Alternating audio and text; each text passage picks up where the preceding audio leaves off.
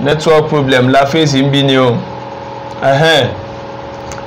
ibi tí adé ni pé wa idha qila lak nígbà tí wọ́n bá pàdé rẹ̀ tí wọ́n wá bi ọ́ léèrè bi ayyi shay'in arafta rabbak pẹ̀lú kí ni ohun tí o fi mọ olúwa rẹ dàtí nǹkan báwo ló ṣe dá ọlọ́run ọba rẹ mọ̀.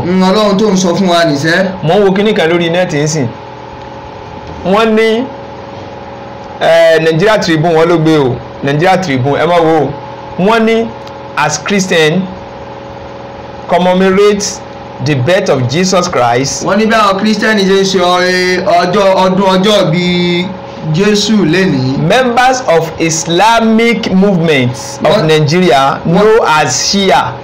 wọ́n ní àwọn Shia tó jẹ́ pé ara mùsùlùmí ni wọ́n ara Islam ni wọ́n. Nasarawa State branch visited one of the church. wọ́n ní wọ́n lọ kí wọn pé tọ́ ẹ kú ọdún àwọn náà bá wọn sọdún. ṣẹ́ẹ̀tìrì subhanallah. ẹ̀dìrí pé àwọn eléyìí wọn ò tẹ́ ẹ̀ mọ́ ohun tó subhanallah. subhanallah. ọlọ́mọdé aṣọ́nu. àmín ká tó sọnù. 25 of December tí wọ́n ṣe a ti sọ̀rọ̀ lórí ẹ̀ lọ́wọ́ YouTube lẹ́kítọ̀ ẹ̀ ti wà ń bẹ̀ ọ wà ní Facebook níjẹta gan ẹ̀rọ 23 ọ̀kẹ́wọ́ mùsùlùmí ọlọ́run kó ṣàánú wa o níbi nǹkan bú o nǹkan bú wọ́n ṣe yẹn o wàláhì ìyẹn ṣe fẹ́ o mélòó wọn lẹ́yìn fàtí sí Idil Fitr tí ó wà àbí ọjọ́ Yaumul Jumu'at káwọn náà wá bá a kírun. wá bá a kírun. àbí ẹ̀kọ́ ni. wọ́n sì mọ́ padà sí ibi wọn tọ́lọ́mù rẹ̀. làkúndì ní kún. wàlíyẹ̀dì. ọlọ́run sọ bẹ́ẹ̀ fáwọn ẹbí náà. fọwọ́ mú tiẹ̀ káwọn náà fọwọ́ mú tiẹ̀. Quran chapter number 109 fàṣíṣe àyàtọ̀ parí rẹ̀ ẹ̀sìn tí yín wà fún tiwa náà wà fún wa. ohun tí a tún gbọdọ̀ sọpọ́ọ̀tì wọn lórí ìranù lóhun tí ò lẹ́rìí. náà àwọn yẹn ti kọ́mẹ́ǹtì lọ lóríṣiríṣi àwọn ọ̀rọ̀ tí ọ̀tẹ̀ make sense tẹ́lẹ̀ rí pé àìsí ẹ̀kọ́ ẹ̀sìn. màrífàtú rabbi wádìí ní ìwà nàbí yìí.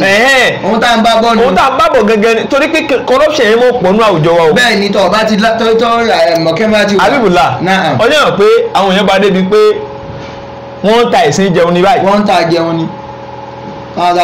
ẹni tí ń ṣe ẹ̀sìn gẹ́gẹ́ bọ́lá wọn bá ṣe àwọn èèyàn tẹ́ ẹlòmíì pé kí n sá ti gbọ́ lárúbáwá wọ́n á gba máìkì ní kó sá mọ̀ wí wọ́n náà wọ́n náà so. wọ́n wí nso mọ́ dẹ̀sìn. ẹgẹ́t ìyẹn lọ bẹ́ẹ̀ láàrin àwùjọ yàtọ̀ sí yẹn tó wá rè àtúwà láwọn ẹlòmíì tẹ́ pé wọn ò tẹ́ ẹ fẹ́ mọ ohun tí ń jẹ́ ẹ̀sìn Ọlọ́run ọba rárá. ọ̀fẹ́ mọ̀ pàápàá. ohun tó wọ́n bá ti bá lọ́wọ́ àwọn bí wọ́n ṣe kí ni. wọ́n tẹ̀lé. ìdí nìyẹn tá a fi ní pé mini usulul Islam inú ìpìlẹ̀ ìsìláàmù ọ̀tọ̀ ni fún wa ká wá ìmọ̀ bá sì dọ́lọ̀ mọ̀ ẹ̀tọ́ ni ká wá ìmọ̀ bá sì dá níbí mọ̀ ẹ̀tọ́ ni ká wá ìmọ̀ bá sì dá ẹ̀sìn tí í ṣe ẹ̀sìn Ọlọ́run bá mọ̀ tá a ní fi sí ẹ̀sìn. tá a fi ní sẹ̀sìn. eré eléyìí ń láwà kó tó di pé nẹ́tíwọ́ọ̀kì yẹn tún break.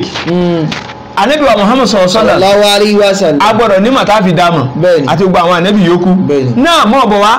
bí ayyi shay'in arafta rabbak. tọ́ bá bí ọ pé kí ni tó fi dá olúwa rẹ mọ̀ rí. fakul. kí o sọ fún wọn yí pé. araftuhu. mo mọ Ọlọ́run ọba yẹn. bí ayatihi. pẹ̀lú àwọn àyà rẹ̀. wa makhluqatihi. àwọn tá à ń pè ní àyà ni pé àwọn iṣẹ́ ìyanu. ayatullah. àwọn tá à ń pè ní ayat àwọn àmì nìyẹn ayat. ayat àwọn signs. àwọn àmì ayat. àwọn àmì ọlọ́run tí kò ní singular ó ti lò ní plural ayat àwọn àmì dájú wípé àwọn àmì ọlọ́run ọba la fi mọ̀ pé ń bẹ láàrin èmi àti yín bá ṣe wáyé nìsín ọ̀kan nínú àwọn àmì ni. bẹ́ẹ̀ ni àmì ńlá ni. tí èsì kékeré ní Suratu Zariyat Quran chapter 51 ní Suratu Zariyat aya 21 aya kọkànlélógún Quran 51 verse 21 ọlọ́run wà fi anfusikum afala tubsirun àárín yín gangan lọ́tún àti lósì yìí tẹ́ bá dá òye yín padà ń tẹ́ ń rí láàrin yín ó ti tó ní wàásí. ó tó. ṣé bí ojú wa ṣe ń function ni ṣé bí etí wa ṣe ń ṣiṣẹ́ ni ṣé bí ọpọlọ wa ṣe ń ṣiṣẹ́ la fẹ́ sọ ni. tó la fẹ́ sọ. àbí bí ẹ̀jẹ̀ àti omi ṣe ń lọ lára. àwọn táwọn sọ bo ní ti ń wá. Allahu Akbar àbí kí ni tá a fẹ́ wò lóye lára wa gẹ́ tí ò tó. ọlọ́run ò gbowó atẹ́gùn. àbí ọ̀sán tí ó lọ tó ro tún dé nínú sọ́tìlà ní Quran 57 verse number 2 up to 3 ọlọ́run bọ́ba Allah subhanahu wa ta'ala ó kíra rẹ̀ pọ̀ mẹ́ẹ̀ samawati wal ard ẹ wo bí ṣe ń darí àwọn sánmà àtilẹ̀ yuhyi wa yumit ẹ wo bí ṣe ń mú ẹ̀mí lọ wa ala kulli ẹ bí wọ́n ṣe ń bímọ sáyé ẹ jẹ́ ká wo bí ọmọ ṣe wà nínú okùn ya ta ni mójútó ń bẹ̀. araftu bi ayatihi Professor Kitman ó dàgbà yìí pé inú tó tọ́jú ọmọ jù tó tó ibi òsì placenta ọmọ ó ní tọ́jú ọmọ ẹ dákun mo rò pé èmi àti ńlá pàṣẹ fún placenta pé kó ṣe kí ni níbo kó mójútó àwọn ọmọ. sáà gẹ́ni ẹ̀jẹ̀ tí ìrira wa ń gbà ní. ẹ̀mọ̀ ìyá mi ẹ̀dákun ẹja bẹ̀rẹ̀ Ọlọ́run ẹja bẹ̀rù rẹ̀ wàláì ẹja bẹ̀rẹ̀ Ọlọ́run ẹja bẹ̀rù rẹ̀ ó wà very very important ó ṣe gan pàtàkì ó wàláì ẹja bẹ̀rẹ̀ Ọlọ́run torí pé àlẹ́ lomi mọ̀ bọ̀ wá wa makhlukati àti àwọn ẹ̀dá rẹ̀ tó dá láti mọ̀ pé Ọlọ́run bá ń bẹ dídé èmi àti ó wà nínú àmì Ọlọ́run bẹ́ẹ̀ni dídá sánmà àtilẹ̀ ọ̀kan nínú àwọn àmì ni ẹ jẹ́ ká fi àwọn táwọn rí ṣàpẹẹrẹ o dídá àwọn nǹkan kan tá a nídìí èso igi ni o iṣu ni o wa makhlukati gbogbo àwọn nǹkan oríṣiríṣi tó dá fún wa gbogbo tó dá fún wa inú àwọn àyàtì láàyè bẹ́ẹ̀ni inú àwọn àmì táwọn fífọ̀ pọ́lọ́wọ́n bá sì ń ẹ̀sìn sáàmọ̀ fi dámọ̀ ọ̀dà bí àpẹẹrẹ ìsìn àsìkò ẹ̀rùn láwa yìí bẹ́ẹ̀ni o omi ó sì dúró sí ojú ọ̀run yẹn subhanallah ẹ̀rù ti tóbi tó. a mọ owó mi kí. inú sọ́ọ̀tù múlíkì Quran chapter number 67 ní sọ́ọ̀tù múlíkì àyà tó padà verse number 30 gan ọlọ́run fáwọn ìyá àti kọ́ bímá ìmáhìn nígbà tẹ́ ẹ̀ bá tún rómi mọ́ láti sánmọ́ ẹ̀ tún mọ́ lọ dín nílẹ̀ ẹ̀sẹ̀ lẹ̀ rú omi ó tún mọ́ wá ó ti jáde nísìnyí àmọ́ gbégbá kí àmọ́ pàǹpọ̀n mi á sì mọ́ rómi á tún mọ́ rí nínú lẹ́yìn bẹ́ẹ̀ni so eléyìí fi hàn wá pé ọlọ́run sì ń ṣe gíní ìsìn ẹ̀sìn wọ́n bá bẹ̀rẹ̀ kúbọ̀ ló ti dọ́nà ọba mọ̀ pé àrọ́fùtùhù bímọ kìlọ̀ kọ̀ọ̀tìhì mo dá mọ̀ pẹ̀lú àwọn nǹkan tó ṣe kíní o pẹ̀lú àwọn nǹkan tó dá ẹ̀hẹ́ mọ̀ wá. fa amma dalil ṣùgbọ́n ìtọ́ka lórí àwọn nǹkan tó dá ala ayatihi òun náà ni àyà rẹ̀ àwọn àyà rẹ̀ kan tó sọ fún anú Al-Qur'an al-Karim pé kí ni o. wa min ayatihi ọlọ́run bá ní pé ń bẹ nínú sọ́ọ̀tù àrọ́fù kọ́ yẹn sọ́ọ̀tù Fussilat Quran chapter number 41 verse number 37 ọlọ́run bá ní bẹ nínú àwọn àyà rẹ̀ o wa min ayati al-layli wan-nahar tẹ́tìrì ọlọ́run bá ṣàlàyé àwọn àmì rẹ̀ fúnra lára rẹ̀ sọ́ọ̀tù Fussilat chapter number 41 verse number 37 ọlọ́run bá ní pé ń bẹ ní wà mí ní àyàtì yìí ń bẹ nínú àdàtí mi kì í tún ṣe gbogbo ẹ̀ nìyẹn bẹ́ẹ̀ ni nínú ni ó ní ń bẹ nínú àwọn àyà rẹ̀ àwọn àmì rẹ̀ o al-laylu òru wan-nahar àti ọ̀sán Allahu Akbar nínú sọ́ọ̀tù Isra Quran chapter number 17 verse number 12 to 13 ọlọ́ni wájá alina laylan wa nahara ayatayn famahawna ayata layli wájá alina ayata nari mubsira wájá alina ayata nari mubsiratan litabtagu fadlan min rabbikum wa lita'lamu adada sinina wal hisab wa kulla dhayyin fasallahu tafsila. Allahu Akbar inú sọ́ọ̀tì Isra Quran 17 verse 12 to 13 ọlọ́run bá ní pé wájá alina laylan wa nahara ayatayn ọlọ́run bá ní àtòru àtọ̀sán mo wá ṣe ní àmì méjì fẹ́yìn èèyàn ọlọ́run fi sínú ọpọlọ wálẹ̀ ni o ó sì ní déètì sọ́ọ̀tù Fussilat Quran chapter number 41 verse 37 táwọn kóòtù lọ́wọ́ wa min ayati tọ́nà bá níbẹ̀ nínú àwọn ayọ̀ al-layli wan-nahar òru àti ọ̀sán o táàsì mọ̀ mọ̀ pé ọlọ́run bá ń exist táàsì mọ̀ mọ̀ pé gbogbo nǹkan lọ́lọ́run bá lè ṣe ẹ̀rí ọwọ́ àdìwájà alina laylan wa nahara ayatayn mo ṣe òru àti ọ̀sán ní àmì méjì fún ẹ̀yin èèyàn ẹ̀dìrí famahawna ayata al-layli waja'alna ayata nari mubsira ọlọ́run nígbà ọ̀ya mo bá pa àmì òru rẹ mo wá mú ọ̀sán wá fún yín mubsira kẹ́ ẹ lè bá ríran ọlọ́run lọ́sàn yẹn ta ní kẹ́ ríran kẹ́ ẹ lè bá aṣojú kòkòrò nínú ọlọ́run pé mo fẹ́ kínní mo fẹ́ ṣe báyìí mo fẹ́ ṣe báyìí ẹ ti ní kẹ́ ẹ lè bá a ṣe ìjàgùdù wípé ẹ̀mí náà fẹ́ kínní mo fẹ́ kọ́ lọ́run ṣe kínní nínú ọlọ́run ọba Allah subhanahu wa ta'ala litabtagu fadlan min rabbikum wa lita'lamuna adada sinina wal hisab. ọlọ́run ọba ní pé kẹ́lẹ̀ bá tún fi sí òǹkà pé ọdún ti ń yípo kẹ́lẹ̀ bá mọ̀ pé a ti wà lọ́sẹ̀ kan a ti wà lóṣù kan a ti wà ní oṣù kan àti a ti wà ní kinní kan a ti wà nígbà ọlọ́run ọba ní gbogbo àwọn nǹkan wọ̀nyí pátápátá àdédé sí wọ́n bẹ́ẹ̀ àmọ́ọ́mọ́ sí wọ́n kí ẹ̀yin ọmọ ẹ̀dẹ́ ènìyàn kẹ́lẹ̀ bá ṣe kí ni o kẹ́lẹ̀ bá àgbà pọ̀ ọlọ́run ọba ń sin resist láti ṣe àwọn nǹkan yìí ọlọ́run bá ní àdédé sàwọn kìíní rẹ bí kò sí yí pé kí ni o kẹ́lẹ̀ bá realize ẹ̀rí kẹ́lẹ̀ bá mọ̀ yí pé ọlọ́run máa ń sin exist láti gbé òru àtọ̀sẹ́ kalẹ̀ ọlọ́run bá ní wá mí ní aya àti sọ́ọ̀tù fún sílátà lórí lọ́kàn. al-layli wan-nahar. olú àtọ̀sẹ́ ń bẹ nínú àwọn àmì ọlọ́run bá tí wọ́n bá bi wá pé báwo la ṣe mọ̀ pé báwo lọ́lọ́run ṣe rí náà báwo la ṣe gbà pé ọlọ́run bá ń bẹ ẹ̀jẹ̀ sọ pé a mọ̀ nínú àwọn nǹkan tó dá a mọ̀ nínú àwọn àmì rẹ̀ lóru àtọ̀sẹ́ ń bẹ. kẹ́nìkan wọ́n mọ̀ da ẹ̀sìn rú mọ́ wa lójú. àyàtì. wọ́n gbàgbé min usulul Islam. bẹ́ẹ̀ni.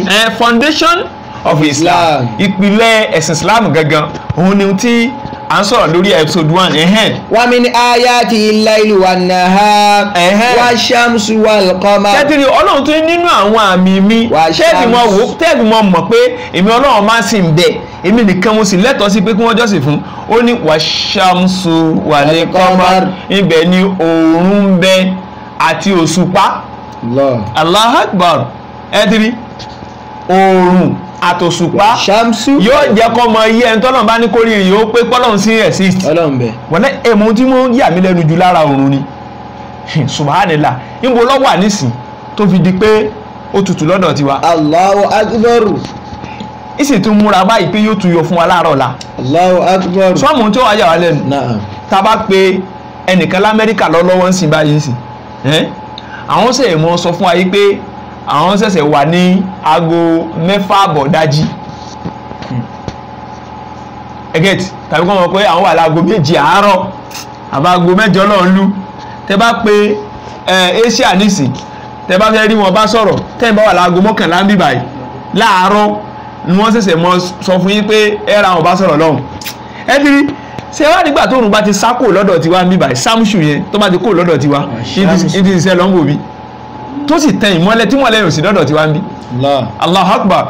bẹ́ẹ̀ náà wà ní ọlọ́run bọ́ba àlékè ọlá ó wá mú òṣùpá náà tó bá ti di pé ọ̀sẹ̀ bá ti dé yóò sì máa ṣe kí ni. wal-qamar. òṣùpá náà ti ṣe kí ni tún rí mọ́ lójú ọ̀run bọ́ bá wà mẹ́ gan yóò ti parẹ́ ó tún dalẹ̀ nísìnyí báyìí tó bá bọ́ta ó sì máa rí ọlọ́run fi ní pé inú àwọn àmì èmi ọlọ́run ọba nìyẹn la tasjudu lish-shamsi wala lil-qamar. ọlọ́run wà ní ẹ má forí kẹlẹ̀ fún. la tasjudu lish-shamsi. ẹ má forí kẹlẹ̀ fún oòrùn ẹ sì má forí kẹlẹ̀ fún òṣùpá. wala lil-qamar.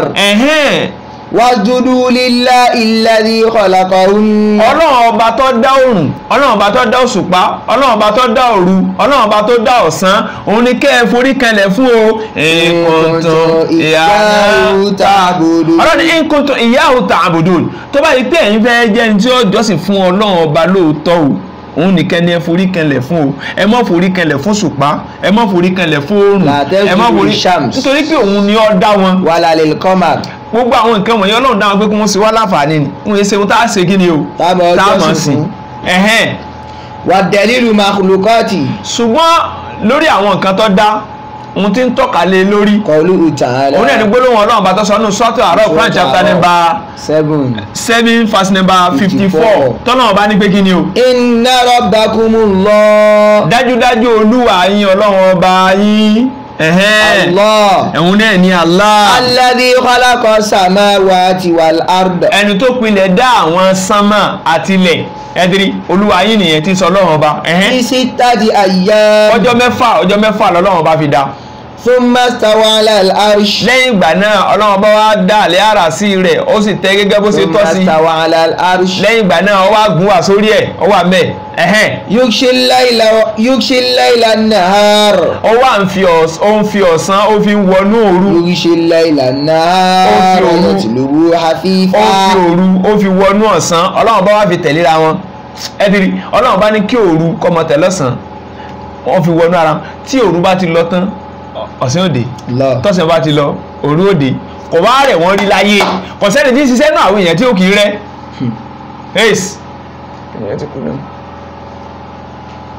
kò sẹ́ni tí ń ṣiṣẹ́ láàrin àwùjọ àwọn èèyàn tí ó kì í ṣe kí ni mọ́kọ̀ rẹ ọlọ́run rí. yẹtùlúbù àfífà. kọ̀ọ̀rẹ́ àwọn tó bá dá pé kọ́ mọ ṣiṣẹ́ fáwọn èèyàn yẹn òtún rí àwọn náà sọpọ́ rẹ̀ àwọn rí. Allahu akbar. wọ́n ju pájú sẹ́lẹ̀ fọlọ́run tán lẹ́yìn àlùjọ̀nú àti èèyàn táwọn ọjà kàńtà tí kéńté pọ̀ nù wa tá a la ya ohun tá a fẹ́ yá gbogbo àwọn nǹkan yòókù tó kù tọ́lọ́run bá dá ni wọ́n ju pájú sẹ́lẹ̀ fún wọ́n sì ń tẹ̀ láṣẹ rẹ̀. wọ́n ń tẹ̀lé. torí pé òṣùpọ̀ lè sọ pé ààyè ní yọ lásìkò tó yẹ kó yọ gbogbo apápátá ìjọ tí a ti dílé àti ìfìtì gbọ́njú o táwọn ní òṣùpá ọjọ́ kẹrìnlá yóò ràn náà ní sáà yóò sì mọ́ wàláì. bẹ́ẹ̀ni. wọ́n ní òṣùpá ọjọ́ kẹrìnlá yóò ràn náà ní sáà yóò sì mọ́. wọ́n ní òṣùpá ọjọ́ kẹrìnlá yóò ràn náà ní sáà yóò sì mọ́. wàláì. tí kùrukùru kan bá di lójú ẹ̀ mọ̀ pé kùrukùru yìí ló di ẹ̀gẹ́t yóò sì ràn. bóòrùn ti ṣe wọlé pẹ̀lú ògbọ́ ọlọ́run ní ó tún rẹ̀ láàrín ewu ti tutù gbogbo ẹ tutù mọ́ ala ni pé kò tún Allahu Akbar ìdágbé tó ìfọ́nà ọba jàmá Allahu Akbar kabira. ọ̀la ẹ̀ṣẹ̀ rí ẹni tí ọba ti dọ́nà ọba mọ̀ ó sin ayé wá o ọlọ́mọdé asan ayé wá o àmín. ọ̀la ẹlòmíì kẹwàá láyé yẹn ni lè sọ̀túnmọ́ ohun tí ń ṣe láyé gan mọ̀ bọ̀ wájà rè. wa shamsa wal qamar. ọlọ́run ní àtòrun àtòṣùpá o. wan nujuma musakhkharatin bi amri. àti ìràwọ̀ gbogbo wọn ọlọ́run ọba tẹ̀ wọ́n rọ̀ fún wa pẹ̀lú àṣẹ rẹ̀ pẹ̀lú àṣẹ rẹ̀ musakhkharatin bi amri pẹ̀lú àṣẹ rẹ̀ ó sì tẹ̀ wọ́n rọ̀ fún wa. ala ẹgbọ́n o. lahul khalqu wal amr. títọ́ ọlọ́run ọba ní ẹ̀dá ní dídá wal amr àti àṣẹ ní pípa. ẹ̀dì ó ní làwù. Naam. Làwúlẹ̀ khaliku wal amuru. Ẹ̀dá ní dídá tọ́lọ́run ní í ṣe. Àṣẹ ní pípa wàlá tọ́lọ́run ní í ṣe. Kò sí ẹnìkan tó lè pàṣẹ kíní kan. Làwúlẹ̀. Ṣẹ́rí tí Al-Qur'an al-Karim máa ń fi wá lọ́kàn balẹ̀ gan. Ṣùgbọ́n torí táwọn èèyàn ti jìnnà sí mélòó mùsùlùmí gan ní kà á kí ń kà mélòó wa ló out of 100% wa tipátipá láfi rí 20%. àìmọye ẹni tó tún lóun ká òun mọ̀ túmọ̀ rẹ̀ gan tó ẹgbẹ́ tí ọba tó tu gan rádaràda ni ó mọ̀ tu sí. ẹwọ ń bẹ̀ tó ní làwúlẹ̀ khaliku wal amru títí ẹ̀ ní ẹ̀dá ní dídá wàlẹ̀ amúrú àtàṣẹ àníbísí pé kò sí àṣẹ kẹ̀kẹ́ lọ́wọ́ anybody. kò sí. tàṣẹ ọ̀dà àníṣe tabaláṣẹ wà lọ́wọ́ ẹnìkan àbíwòlá ẹnìyẹn pàṣẹ yìí pé mo pàṣẹ ẹ lọ pa lágbájá láàárọ̀ la sẹ́ni pé òun ló pàṣẹ ẹ lọ pa lágbájá ní àárọ̀ ọ̀la. ọlọ́run wá pàṣẹ látòkè pé ó yẹ pa òun gangan fún alára rẹ̀. gẹ́gẹ́ ẹlòmẹ́mí ẹ̀ wá. sẹ́ni pé àṣẹ tí ẹ ti kú kó tẹ̀ tó di pínlẹ̀ ṣe kiri. làwúlẹ̀ khalqu wal amr. ó ti ṣẹlẹ̀ ní lórílẹ̀‐èdè yìí o. bẹ́ẹ̀ni. ẹni tó bá lọ ka ìtàn Abacha da ohun tí mo wí incident yìí wà ń bẹ ó ti pàṣẹ pé lọ́la àbí lọ́túnla wọ́n mú lágbájá kúrò lọ́nà. ẹni yẹn torí ẹni tó wà lórí ilẹ̀ àgbọ̀dọ̀ dákọ rẹ̀ ẹni yẹn tí wọ́n ní wọ́n pa òun tó wà padà tó wà ṣe president fún orílẹ̀-èdè Nàìjíríà wọ́n tó ní wọ́n pààyàn wọ́n sì ṣe kí ni. Ọlọ́run ti mú ọkùnrin àṣẹ làwúlẹ̀ khaliku làwúlẹ̀ khaliku wal amr. àṣẹ ọlọ́run ọba lọ́ba adẹ́dà òun náà tún ní máa pàṣẹ tabarakallahu rabbul alamin. ìbùkún ni fún Allah ọba tó ga pọ̀ ọba olúwa gbogbo àgbáńlá ayé rabbul alamin ẹni tí ń tọ́jú gbogbo nǹkan tó dá nínú suratu Quran chapter number 20 verse number 50 alladhi a'ta kulla shay'in khalaqahu thumma hada. ọlọ́run ọba tó yẹ pé gbogbo tó dá pátá yóò fún báyìí ṣe rí pin ti tèmi wọn náà ọlọ́run fún mi èyí tọ́nà ti fún mọ bí aláàmọ́jẹ́ ó bàjẹ́ àmín èyí tó tún kù náà ní ti dára jẹ́ ó dé bá mi láyọ̀ àmín ẹ̀yin tẹ́ ń wò mí ẹ̀yìn ọmọ ìyá mi tẹ́ ń gbọ́ mi ìpín tiyín tásìkò tiyín bá ti tó tẹ́ gbà pé ibi tó bára rẹ lé ní ọ̀kẹ́ nínú ìpín tọ́lọ́run lọ́wọ́ àní. bẹ́ẹ̀ ni o. èyí ò sọ pé ìpín mi ò tún sí fún ọ níwájú ní ti dáadáa mọ́ ẹgẹ́t. náà àsìkò ìpín tó ọlọ́run bá fún oníkú wa pé a fi lo àwọn ìpín yẹn a máa ṣe kí ni.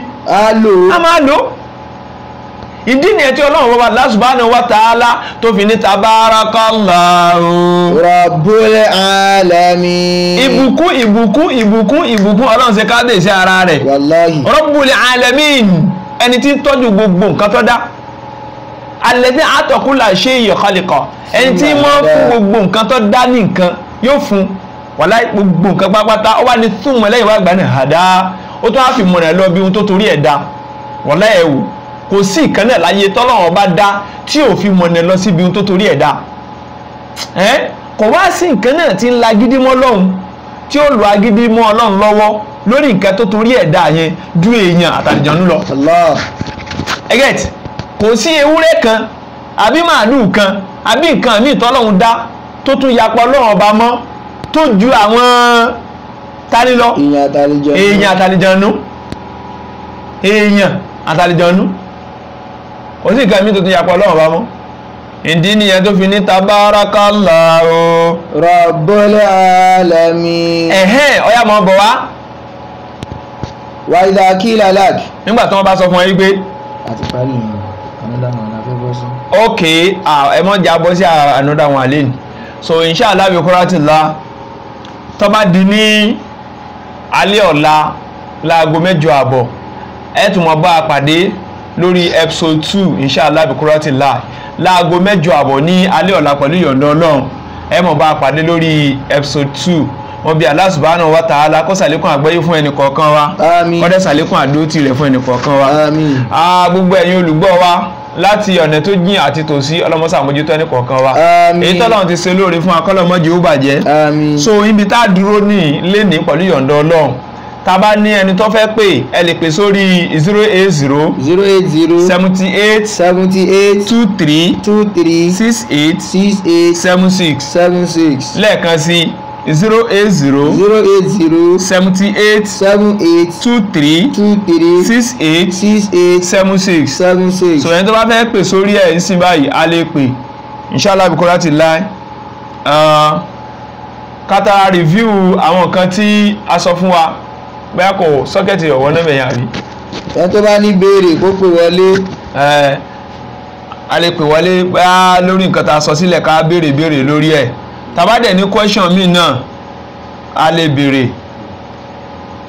kọ́lọ̀ kó ṣàlékún àgbọ́yé wa àmín nọ́mbà tá a pè sí nìyẹn 080 táìpù ẹ̀ síbẹ̀ yẹn 080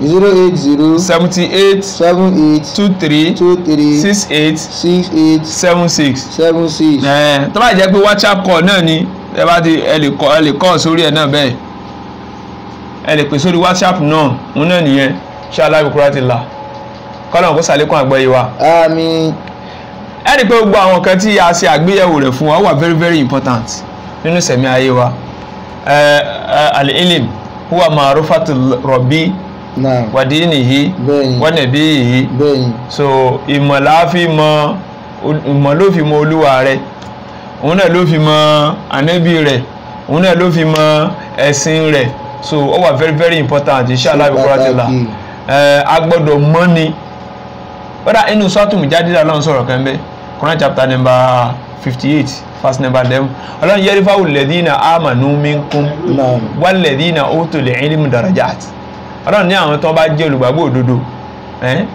láàrin àwùjọ èèyàn a máa gbé wọn ga ṣùgbọ́n àwọn tí wọ́n bá jẹ́ olùmọ̀ yẹn dáràjà àti wọn tó ga ju àwọn tí wọn kì í ṣe olùmọ̀ lọ so àbí Allah kó ṣàlékún àgbọ́yé wa àmín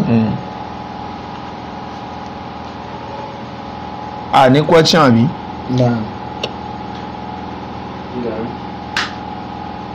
so inshallah bi quratillah ẹ mọ̀ bá a pàdé ní aago 8:30 lọ́la lórí episode 2 min usulul Islam mo bí Allah subhanahu wa ta'ala kó ṣàlékún àgbọ́yé wa orí tọ́lọ́run ti ṣe fún wa kọ́lọ́ mọ́jọ́ bàjẹ́ èyí tí a ń bí Allah sí kọ́lọ́ kó ṣe nírọ̀rùn fún wa subhanakallahumma bihamdi ashhadu an la ilaha illa ant astaghfiruka wa atubu ilayk wassalamu alaikum wa rahmatullahi ta'ala wa barakatuh wa alaikum assalam wa rahmatullahi ta'ala wa barakatuh